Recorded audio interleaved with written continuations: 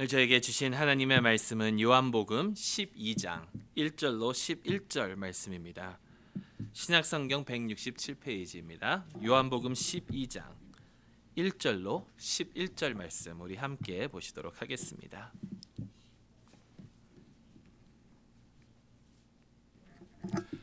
요한복음 12장 1절로 11절 말씀 다 찾으셨으면 제가 봉독하도록 하겠습니다. 6월절 엿새 전에 예수께서 베다니에 이르시니 이곳은 예수께서 죽은 자 가운데서 살리신 나사로가 있는 곳이라. 거기서 예수를 위하여 잔치할새 마르다는 일을 하고 나사로는 예수와 함께 앉은 자 중에 있더라. 마리아는 지극히 비싼 향유 곧 순전한 나드 한 근을 가져다가 예수의 발에 붓고 자기 머리털로 그의 발을 닦으니 향유 냄새가 집에 가득하더라. 제자 중 하나로서 예수를 잡아줄 가룟 유다가 말하되 이 향유를 어찌하여 300데나리온에 팔아 가난한 자들에게 주지 아니하였느냐 하니 이렇게 말하면 가난한 자들을 생각함이 아니요 그는 도둑이라 돈꾀를 맞고 거기에 넣는 것을 훔쳐 가미로다. 예수께서 이르시되 그를 가만두어 나의 장례할 날을 위하여 그것을 간직하게 하라. 가난한 자들은 항상 너희와 함께 있거니와 나는 항상 있지 아니하리라 하시니라.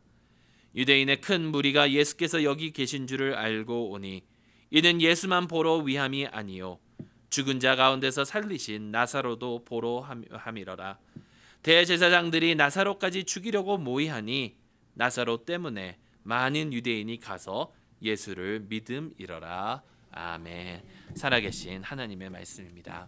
우리 잠시 기도하고 하나님 말씀 듣도록 하겠습니다. 주님, 저희에게 다시금 주님의 말씀을 들을 수 있는 기회 허락하여 주시니 감사드립니다. 들을 수 있는 귀를 허락하여 주시옵소서.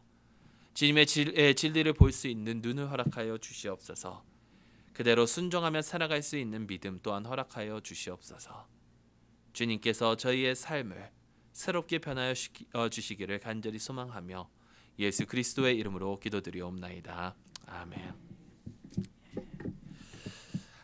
금년 처음 시작인가요? 그때부터 저희가 요한복음을 쭉 계속 봐왔는데요. 이제 절반 정도 왔습니다. 절반 정도.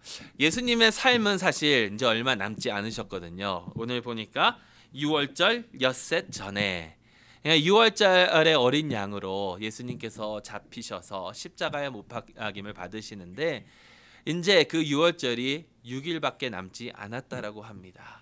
그러니까 사실 며칠 남지 않은 거예요. 일주일도 채 남지 않은 예수님의 그 이 세상에서의 그 생애. 근데 이제 요한복음은요.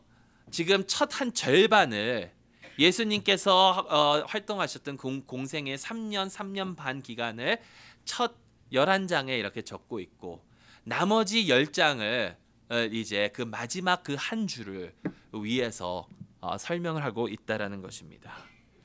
굉장히 중요하기 때문에 그 마지막 한 주가 너무나도 중요하기 때문에 그 3년 이상이 되는 그 일과 거의 동등한 그런 내용의 그런 기사를 요한은 그 마지막 한 주를 위해서 남겨놓고 있는다라는 것이죠. 사실 요한복음뿐만이 아닙니다. 마가복음도 마가복음 5분의 1을 또 마태복음은 마태복음 3분의 1을 누가복음은 누가복음 4분의 1을 이 마지막 한 주 예수님의 생애의 마지막 한 주에 초점을 맞추고 있다라는 겁니다. 자, 왜 마지막이 일주일이 중요합니까? 왜 마지막이 일주일이 중요할까요? 그것은 바로 이 마지막 그 일주일 안에 예수님께서 이 땅에 오신 그 목적을 이루시고 그 목적이 무엇이냐면 예수님께서 영광을 받으시려고 들여 올림을 받으시려고 다시 말해 죽으심을 당하시려고 그리고 사흘 만에 부활하시려고 그 마지막 그 순간 그 목적을 위해서 오셨기 때문이다라는 것입니다. 그리고 이 마지막 이 순간은요. 이 순간 때문에 예수 그리스도를 믿는 자들은 그들의 삶이 바뀌어지고 그들은 새로운 삶을 얻고 나아갈 수 있다라는 것입니다. 전에도 말씀드렸지만 여러분 기독교와 다른 종교의 차이점이 무엇입니까? 기독교와 다른 종교. 다른 종교들은요. 그 종교의 창시자의 무덤들이 아직도 있습니다. 근데요. 기독교에서는 예수 그리스도의 무덤이 없습니다. 무덤 자체는 있겠죠. 하지만 그 무덤은 비어 있습니다. 예수님께서는 우리에게 올바른 길을 가르쳐 주시는 뿐만이 아니라 바로 그 올바른 길이 되어 주시고 또 우리에게 진리가 되어 주시고 생명이 되어 주신 분이시기 때문이다라는 것이죠. 그래서 예수 그리스도를 믿는 자들, 예수 그리스도를 의지하는 자들에게는 새로운 삶, 전에 우리가 알지도 못했고 기대하지도 못했던 그런 새로운 삶을 허락하여 주신다라는 것입니다. 여러분, 이 부활이요 생명이신 예수 그리스도를 만나는 자들은, 정말 예수님을 인격적으로 만난 자들은 그들의 삶이 다 변해진 것을 저희는 오늘 말씀을 통해서 알 수가 있습니다. 예수 그리스도, 부활이시고 생명이신 예수 그리스도를 만나서 그의 삶이 완전히 바뀐 자가 오늘 본문에 3명이 나타나고 있습니다. 그 3명이 누구냐면요, 나사로와 마르다와 마리아입니다. 먼저 우리가 마르다를 한번 살펴보도록 하겠습니다. 여러분, 마르다는 어떤 사람이었나요? 마르다, 성경에서 마르다 하면 여러분 떠오르는 그런 이미지나 이런 것들, 어떤 것들이 연상이 되시나요? 성경에 나오는 마르다의 모습은 항상 일하고 섬기는 자였습니다. 항상 일하고 섬기는 자였습니다. 오늘 본문에 그 예수님의 제자들과 또 많은 사람들이 이 집에 와서 이렇게 그 잔치에 참여하면서 예수님을 보는 것뿐만이 아니라 예수님께서 다시 살리신 나사로를 보러 왔다라고 전하고 있는데요. 이 집은 사실 마리아와 마르다의 집이 아닙니다. 다른 그 복음서를 쭉 보게 되면 이 집이 누구의 집이냐면 문둥병자였던 시몬이라는 사람의 집입니다. 예수님께서 그의 문둥병을 고쳐주시고 또 그가 베다니에 살고 있었는데 이 시몬의 집에서 나사로가 죽음에서 다시 살려진 그 일 때문에 축하하며 잔치를 열게 된 것입니다. 그런데 여기서 누가 섬기고 있는지 아십니까? 누가 그 잔치에서 일하면서 섬기고 있느냐 하면 그 집주인이 아니라 바로 마르다였습니다. 오늘 이 2절 말씀에 거기서 예수를 위하여 잔치할세 마르다는 일을 하고 섬기고 있다라는 겁니다. 마르다는 항상 섬기는 사람이었습니다. 여러분, 너무나도 그 유명한 그 교회 생활을 오랫동안 하셨던 분이라면 한 번쯤은 꼭 들어보셨을 만한 그 일 있죠. 마르다가 예수님이 자기 집에 오시니까 마르다는 뭐 하고 있었죠? 분주히 섬기고 있었습니다. 일하고 있었습니다. 근데 마리아는 어땠습니까? 마리아는 예수님의 발 아래에서 예수님의 말씀을 듣고 있었죠. 이 장면이 누가복음 10장에 나오는데요. 그때의 그 마르다가 했던 말, 여러분 혹시 기억나시나요? 예수 그리스도 한 분이 자기의 집에 와서 그 예수 그리스도를 섬기는데 마르다는 계속해서 분주하면서 또 불평하기 시작을 했습니다. 누가복음 10장 40절 말씀에 마르다는 준비하는 일이 많아 마음이 분주한지라 예수께 나아가 이르되 주여 내 동생이 나 혼자 일하게 두는 것을 생각하지 아니하시나이까 그를 명하사 나를 도와주라 하소서. 예수님께서 뭐라고 하셨죠? 41절 42절 말씀에 마르다야 마르다야 네가 많은 일로 염려하고 근심하나 몇 가지만 하든지 혹은 한 가지만 일하도 족하느니라. 마리아는 이 좋은 편을 택하였으니 빼앗기지 아니하리라. 여러분, 이 말씀을요 잘못 생각을 하면 예수님 발 아래서 말씀 듣는 것이 섬기는 것보다 더 중요하다라고 생각할 수도 있습니다. 다시 말해서 섬기는 것은 그렇게 중요하지 않다, 일하는 것은 그렇게 중요하지 않다라고 생각할 수도 있습니다. 근데 저는 그것은 잘못된 것이라고 생각을 합니다. 말씀 듣는 것 중요합니다. 섬기는 것도 중요합니다.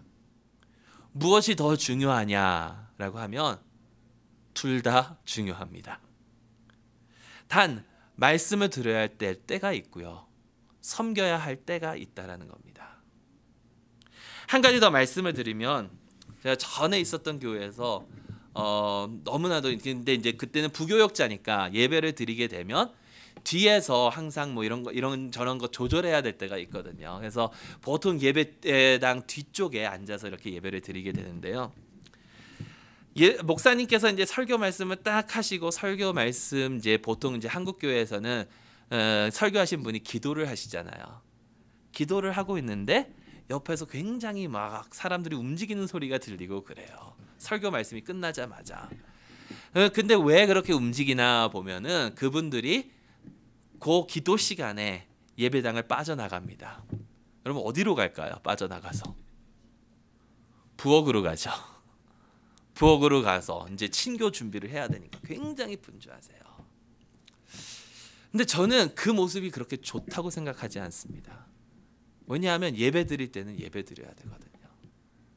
예배가 끝나는 것은 설교 말씀이 끝났다고 끝나는 것이 아니라 우리가 드리는 그 공예배의 마지막은 바로 축도가 끝나고 후주가 나가고 그랬을 때에 끝나는 건데, 음식 준비하고 친교하는 거 중요하죠. 근데 예배를 드려야 될 때가 있고 거기서 준비해야 될 때가 있다라는 겁니다.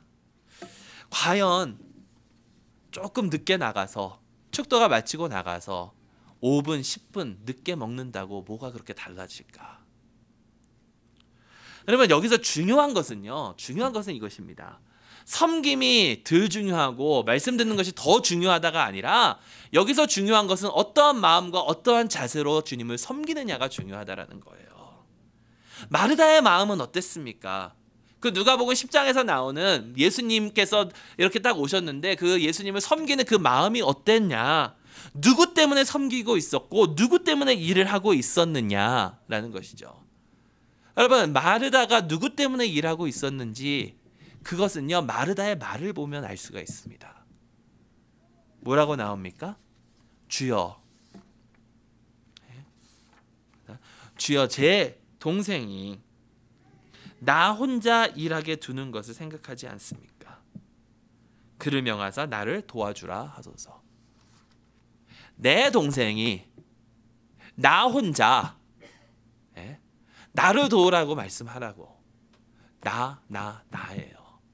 초점이 지금 누구한테 있습니까? 섬기는 와중에 나 혼자 섬기고 있는데, 나 혼자 이것을 맡고 있는데 내가 이것을 누구 때문에 왜 하는지 그것이 아니라요. 지금 나에게 초점이 맞춰지니까 불평이 나오기 시작하는 거예요.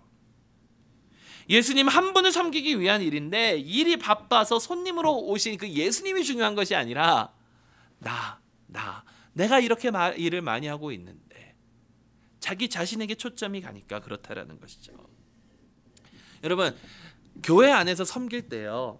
나 자신에게 초점을 맞춰지면 그렇게 쉽게 불평하게 되고 또 그 영어로는 번아웃이라고 그러죠.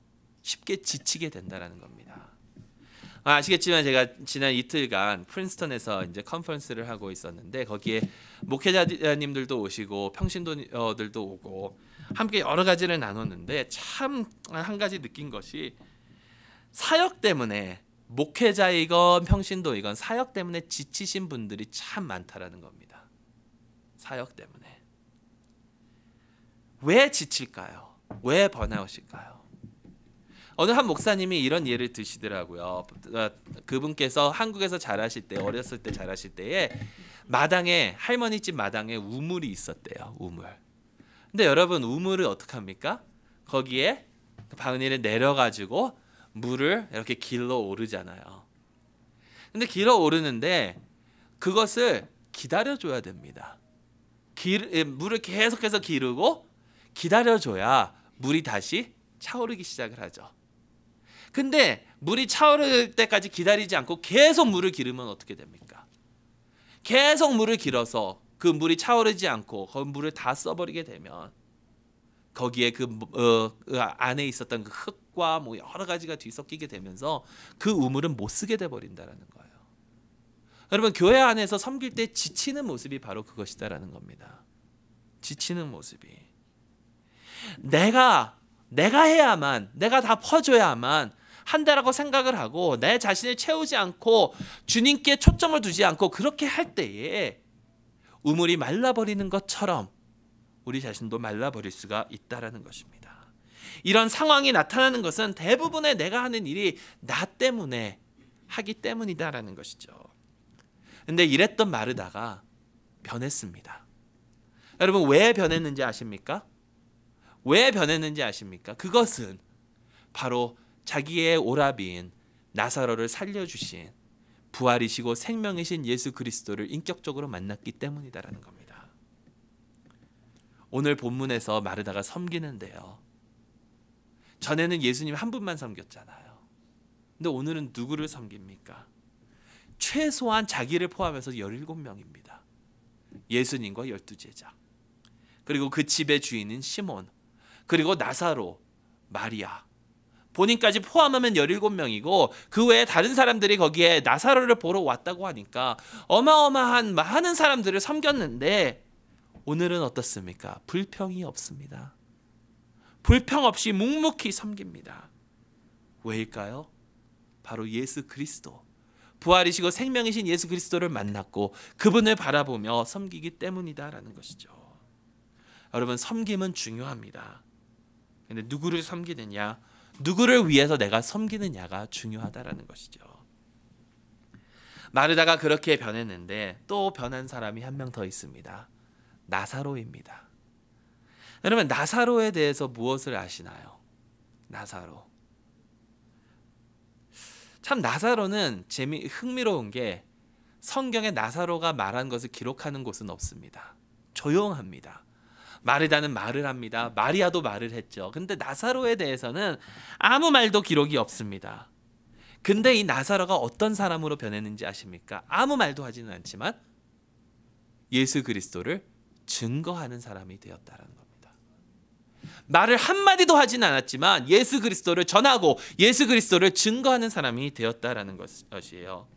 얼마나 정말 전도를 잘하는지 유대인들의 대제사장들이 나사로를 죽여야겠다라고 생각할 정도로, 오늘 본문 10절 11절 말씀에 대제사장들이 나사로까지 죽이려고 모의하니 나사로 때문에 많은 유대인이 가서 예수를 믿음이더라. 여러분 어떻게 이렇게 말 없이 예수님을 증거하는 사람이 나사로가 되었을까요? 저는 그 이유가요, 예수님과 함께 했기 때문에 라고 생각을 합니다. 오늘 2절 말씀에 나사로는 예수와 함께 앉은 자 중에 있더라. 예수님과 함께하고 자기의 그런 아이덴티티를, 자기의 그 자아를 자기 자신에서 찾는 것이 아니라 예수님과 함께 있음으로 찾았기 때문이다라는 것이에요. 그러면 어떻게 하면 예수님을 잘 증거하고 예수님을 전도할 수 있는지 아십니까? 예수님과 함께하면 됩니다. 예수님을 생각하고 예수님과 늘 동행하면 됩니다. 여러분 사랑하는 사람들끼리요, 사랑하는 사람을 만나면 처음에는 많이 다를 수가 있잖아요. 근데 사랑하면 어떻게 됩니까? 서로가 닮아가게 됩니다. 서로를 배려하게 됩니다. 내 자신의 모습이 아니더라도, 내 자신의 원래 모습이 아니었지만 사랑하는 사람 때문에 내 자신이 바뀌어가는 것을, 변해가는 것을 볼 수가 있습니다.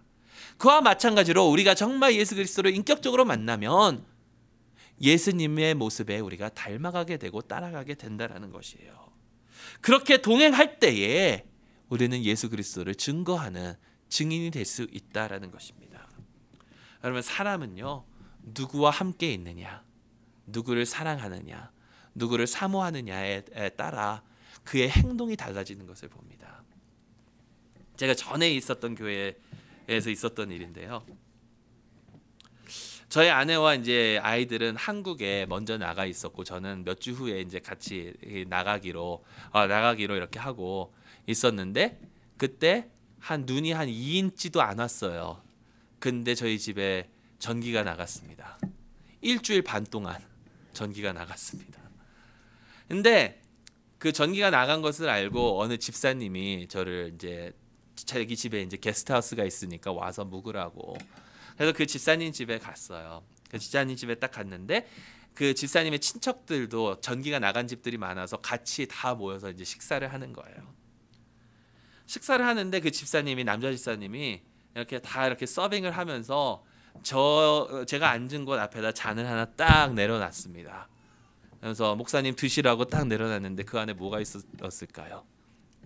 맥주 한 잔 딱.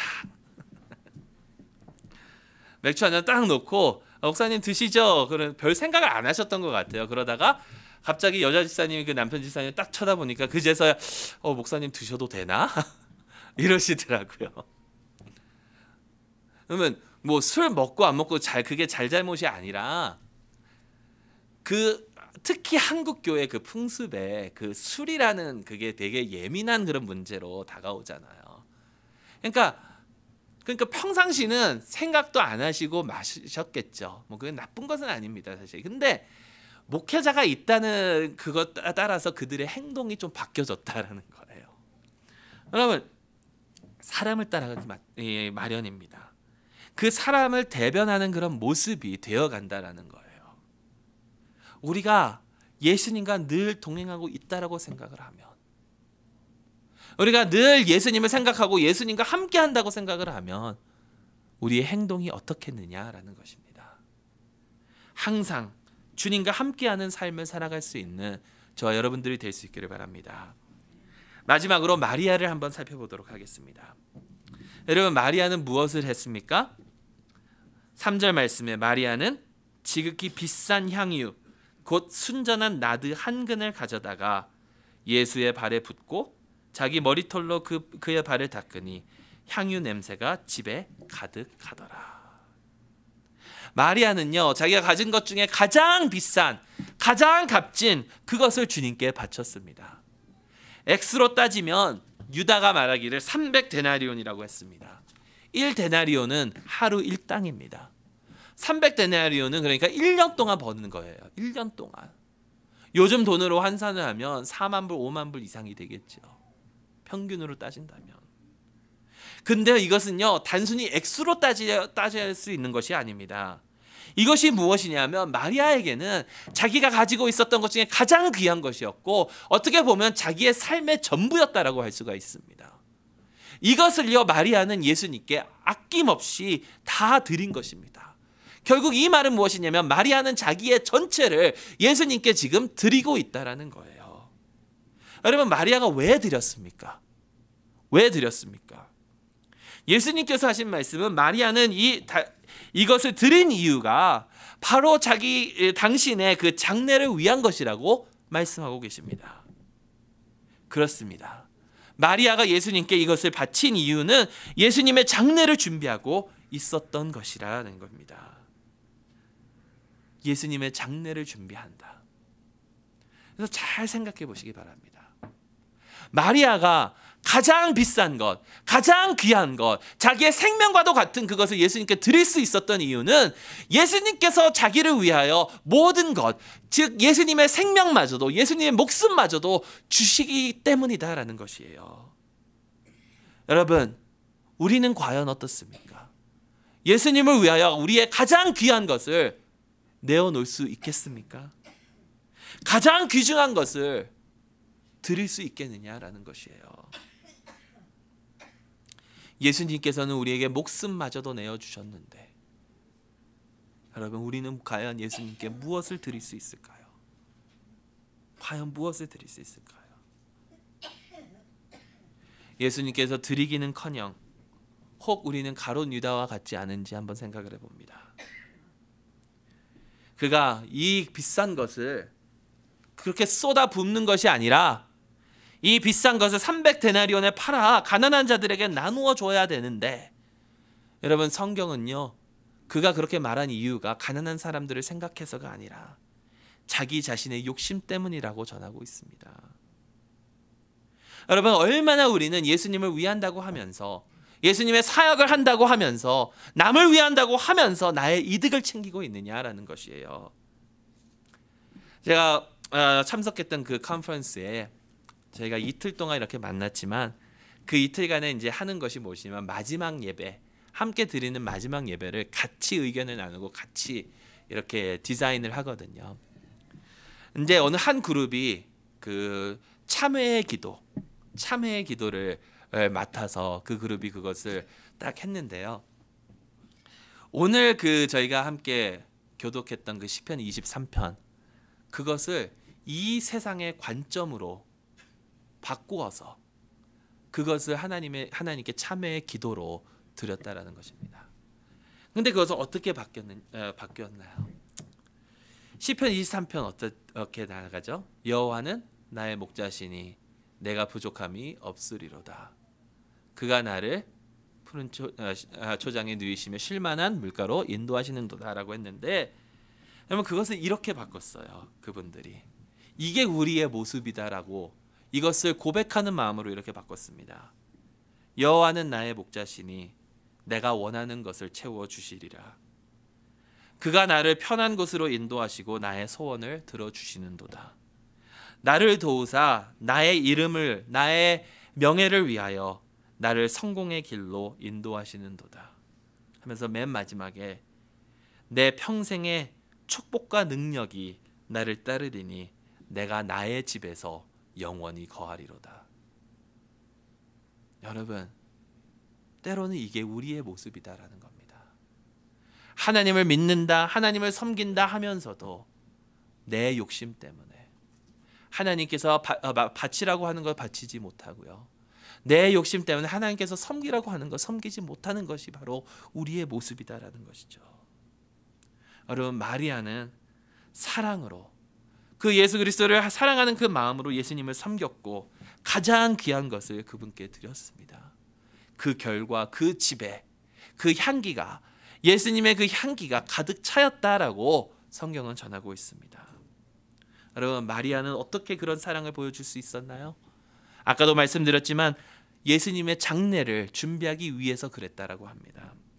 근데 놀라운 사실이 있습니다. 왜 마리아는 예수님께서 돌아가실 것을 알았을까? 다른 제자들은 몰랐습니다. 아니, 예수님께서 당신의 죽음을 이미 말씀하셨는데도 다른 제자들은 이해를 하지 못했습니다. 요한복음 13장에 가면 예수님과 마지막 만찬을 나누는 그 제자들이 예수님께서 붙잡히고 돌아가실 거라고 하니까 거기서 뭐라 그럽니까? 아니요 주님, 절대로 그렇게 못하십니다. 아니요 주님, 절대로 그런 일은 없으실 것입니다. 아니, 주 예수님께서 죽으면 저희도 같이 죽겠습니다 라고 했을 때에 그 말씀을 보면 제자들이 이해를 하지 못했던 것입니다. 그런데 어떻게 마리아는 알았을까요? 어떻게 마리아는 예수님께서 돌아가실 것을 아시고 예수님의 그 장례를 준비하고 있었던 것일까요? 여러분, 저는요, 마리아가 그렇게 알 수 있었던 그 이유는 마리아가 항상 성경에 등장했던 그 위치 때문이라고 생각을 합니다. 성경의 마리아는 어디에 나타나나요? 마리아가 항상 있었던 곳은 어디인가요? 바로 예수님의 발 밑에 있었다는 겁니다.